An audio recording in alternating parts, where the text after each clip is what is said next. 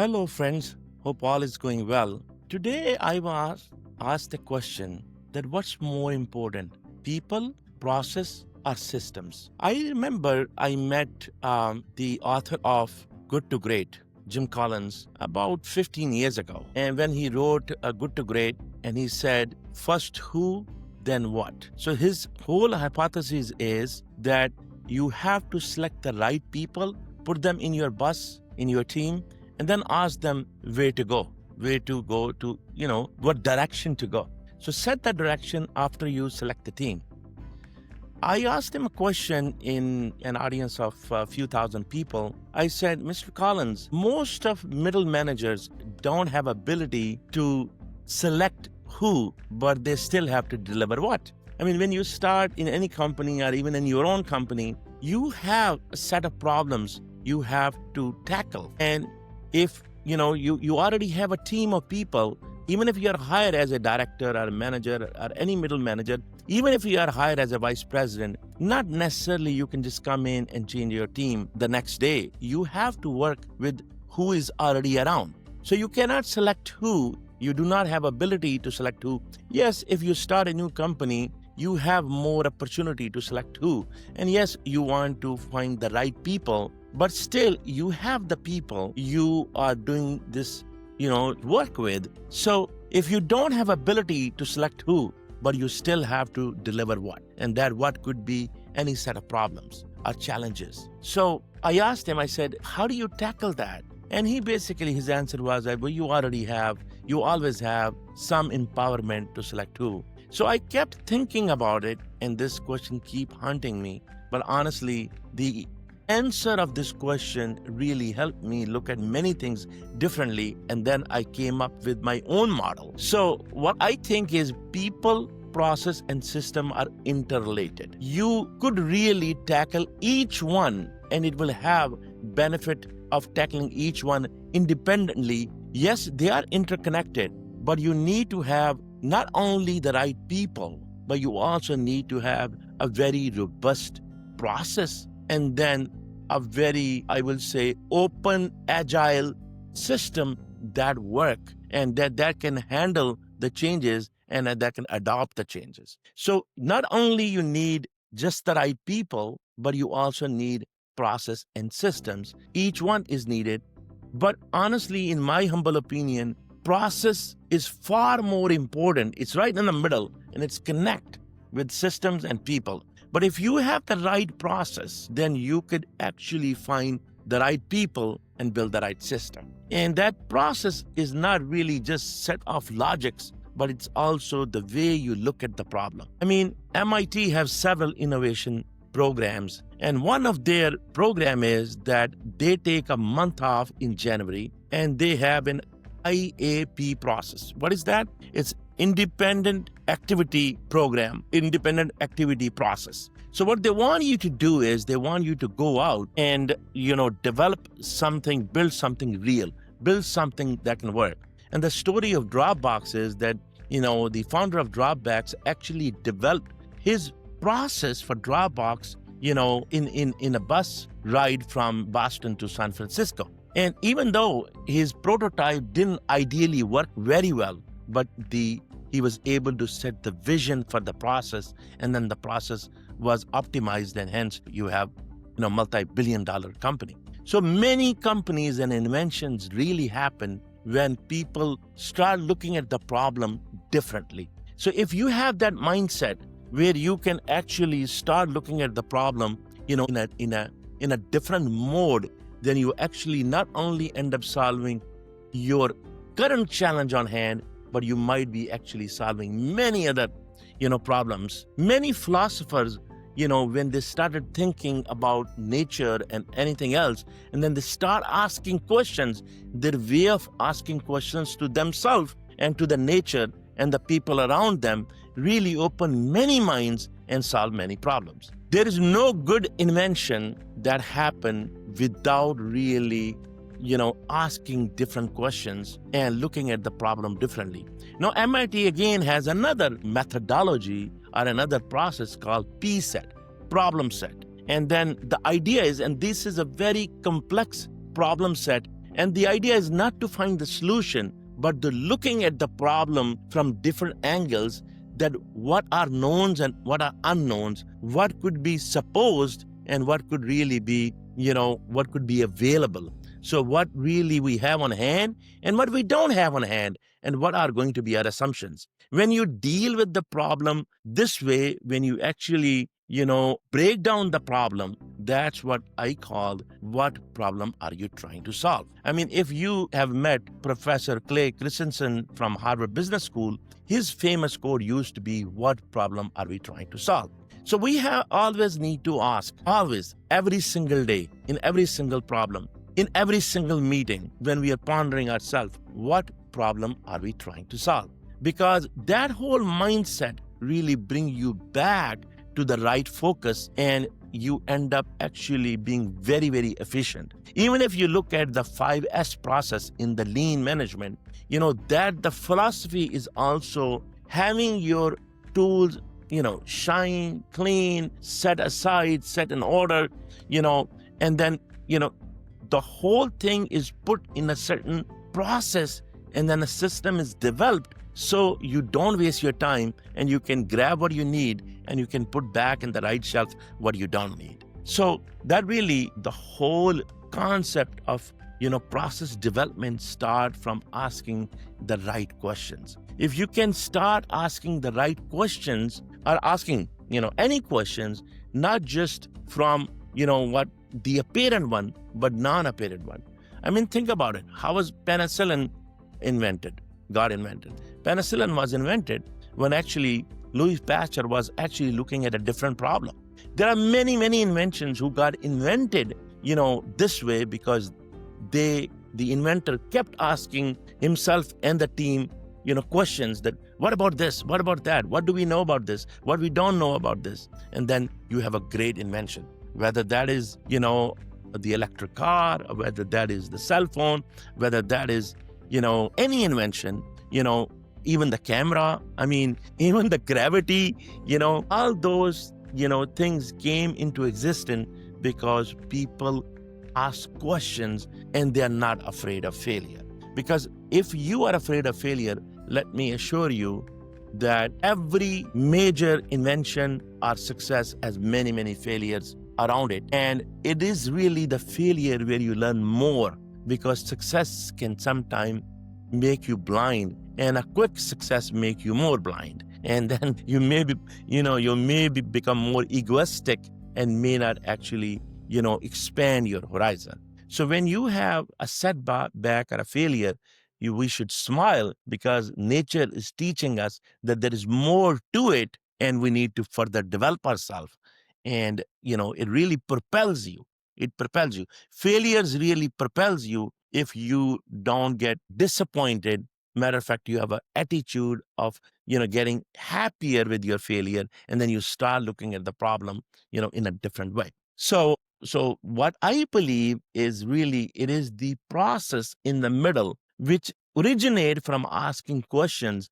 And then as you, answer some questions and more questions develop, and then you can connect the dots. When you start connecting the dots, then you can understand any story and you can understand any problem, at least portion of the problem, and you go deep, and hence that's where the solution lies. Every problem and every challenge has a solution and opportunity. If you develop this habit of asking the questions and not being failure of, being mocked or being a failure.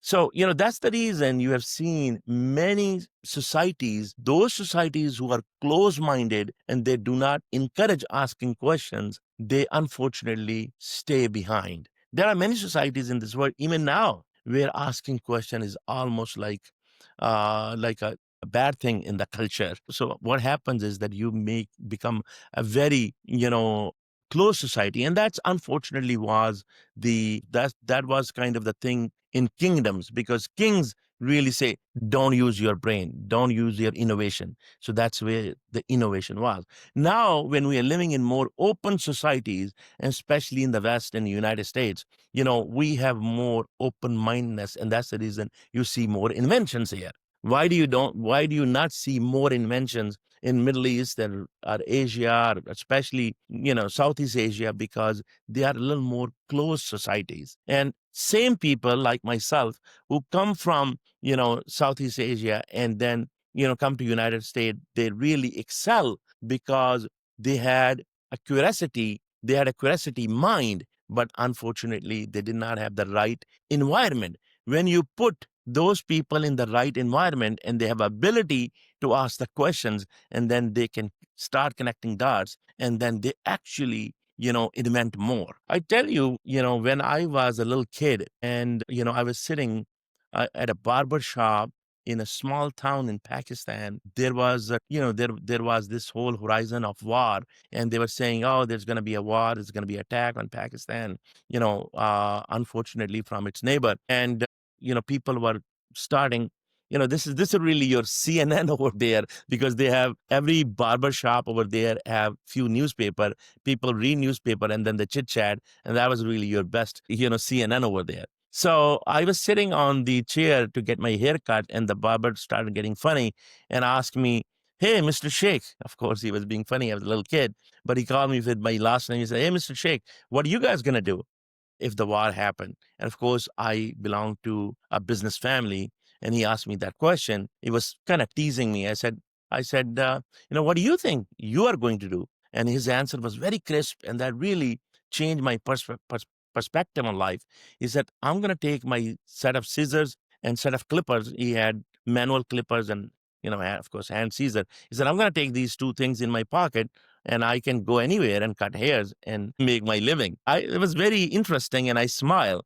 And that gives me a perspective that, hey, you need to have some tool set in your toolkit which are easy to carry, so that no matter where you can go, you can use that toolkit and be an independent person, and you can make your living. So I made my mission in life that I will find my toolkit and I will develop those tools. And that such still continue today. So that's the reason, I became an engineer. Then I, went to even a business school, because that quest continue, that what tools can I have in my toolkit, and how can I increase those tools so they can just not only help me, but help others too.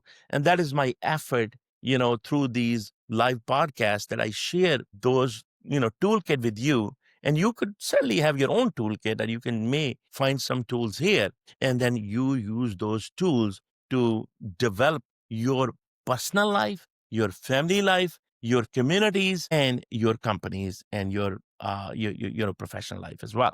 So that really start by asking the question that what problem are we trying to solve? Whether you sit that and with your family, with your kids, with your siblings, with your friends in a team meeting, or whether you are developing your company, you should always ask yourself, what problems are we trying to solve, and how do we attack the problem, and then what are knowns and what are unknowns, and what are the assumptions. And then when you start writing those things down, and then you develop a path to the solution. Okay, it's like a puzzle. It's a big puzzle. And like I said, in MIT, they have this whole P set process, where problem set.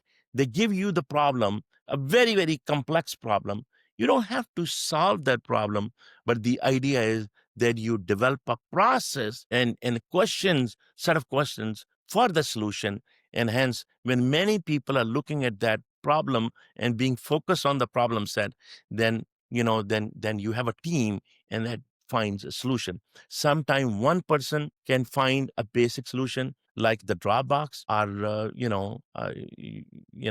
like Nikolai Tesla or Einstein or any of those people. Yes, some peoples are more blessed and more focused than the others, and hence people are important. But I'm saying you cannot just wait for the right person to come, give you guidance, and then you go and ask the questions. No, we all have this ability internally, where sometime we are introvert and the other time we are extrovert. If you are introvert, you're not asking openly, and you don't have a courage to ask those questions openly. Basically, but you can still ask those questions. Okay. I'm not saying everybody has to become an extrovert, but what I have seen, if you develop this habit of asking questions even to yourself, then this whole being introvert or extrovert goes away, because now you develop a process. And when you follow a process, then it becomes a machine. It becomes really a system for you.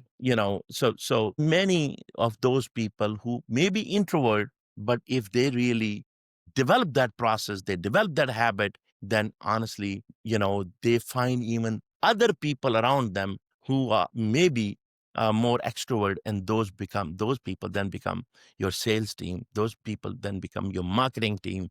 And then those who are more introvert, they become your developers. And that's how you build a team. And then that's how you build the system. So I actually have a whole process to actually tackle a problem. And that process, I call it, FACTS. FACTS.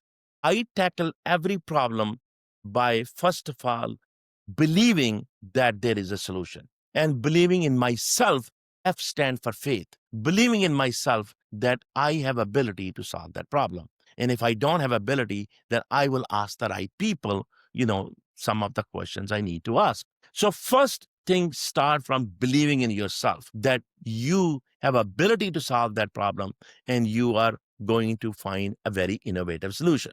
And the second thing in that belief, that equation, A stand for actions. You cannot just believe in yourself and take no actions. You got to take actions, and the actions could be as simple as just asking questions to yourself and questions to your team. And then the next step is that not only you believe in yourself and you believe in your process, but you can also believe in God, in bigger being, that is always there to guide you and open your mindset. So you can have a believe in God and believe in higher power, believe in nature, and believe in yourself.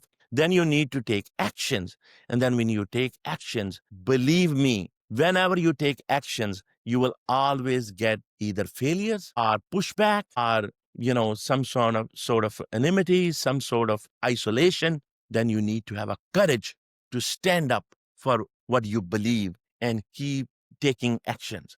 Don't get, distracted by all those, distractions. Distractions come, but those should make you more stronger. It's just like when you're doing weightlifting, you feel pain, but if you give up, you're not going to build muscles. It's actually supposed to make you stronger.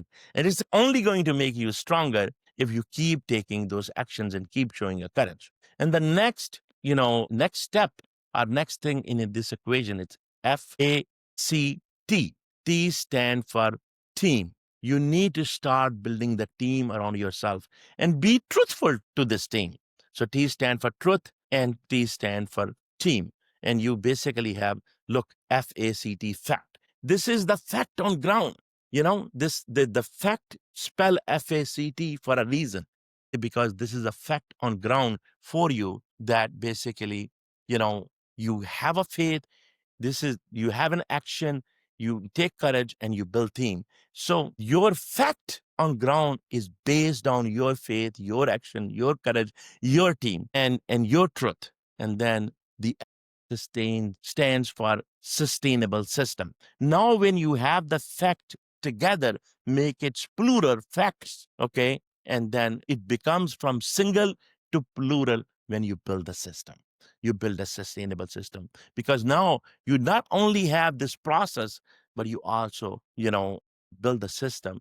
And the system I have built, is similar to like a Toyota production system. And, I was fortunate enough to visit Japan and their Toyota production system, and their set of processes. And, they have a whole lean system called Toyota production system.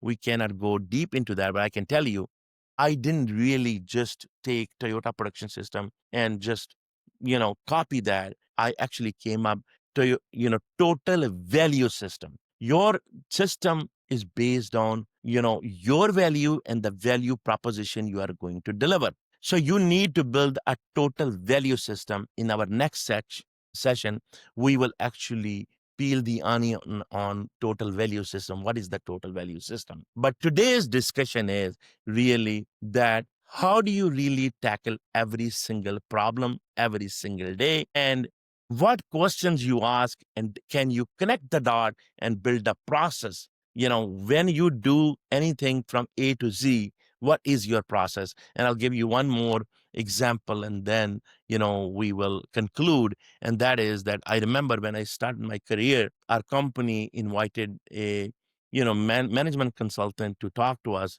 And then he said, look, I just want you to put a dot on a paper for each activity you do from when you wake up from the bed to the to the point when you sit in your car, or when you're ready to leave your house for the office. So put a dot for every activity. So we started putting the dots, and then he said, of course, every single time, you wake up, you drink water, you go to the bathroom, you may come back from the bathroom, or what activities, how much movement you have. And then sometimes people take 3 4 trip from a bathroom to the room, or sometimes people just take one trip. And finding your clothes, pressing your clothes, waiting down, having breakfast, put all those activities. And then he said, now you see, can you actually cut down any of the activity and then connect them again and see what shape it makes? So of course my shape becomes like a parrot, and then next time it becomes more like a sparrow. So the idea was that how can you lean yourself and cut that time? And first you see that it's a process. And then how can you lean this process? Every task has a process, and every process can be leaned and make efficient. So that is called continuous improvement. And that became habit of my life. Now, honestly, I can actually get ready within, and then you time yourself. Is it an hour? Is it 45 minutes? It is in half an hour. Is it 15 minutes? And is it really, 8 or 7 minutes? So I build this habit that every single day I'm going to challenge myself that how I get ready faster. And it has become a continuous improvement process in your life. And can you really put that in every single thing you do in your life, that you have a process and you then turn that process into system? But can you do a continuous improvement in your process on your daily basis? What are your thoughts? I'd like to learn from you. Please comment in the comment section that how do you see building your process and making it leaner and efficient every single day? And then how do you turn that process into system? And then you develop your people with this process and system, that even average producer becomes more efficient and more effective contributor with this whole process and system you develop. Until next time, God bless you. Next time, we'll deal more on TVS. God bless you. Thank you.